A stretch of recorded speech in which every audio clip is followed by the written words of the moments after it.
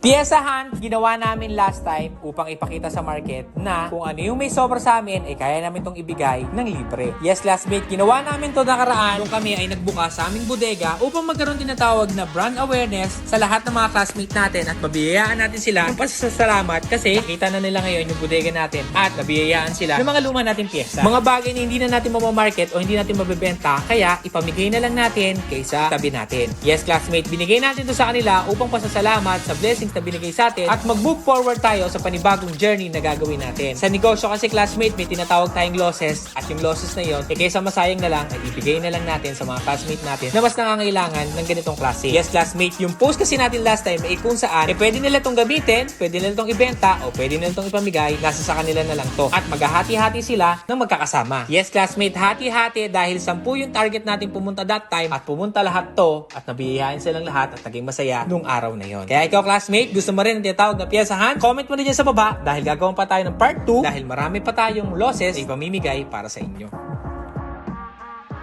Motaro Mags para sa PCX, nilabas na, classmate. Kaya kung ikaw naka-PCX ka, comment mo na dyan dahil naghahanap kami ng paglalagyan ng sample para sa PCX 160 kung pasok ba siya o hindi para matesting nyo na rin. Comment down below.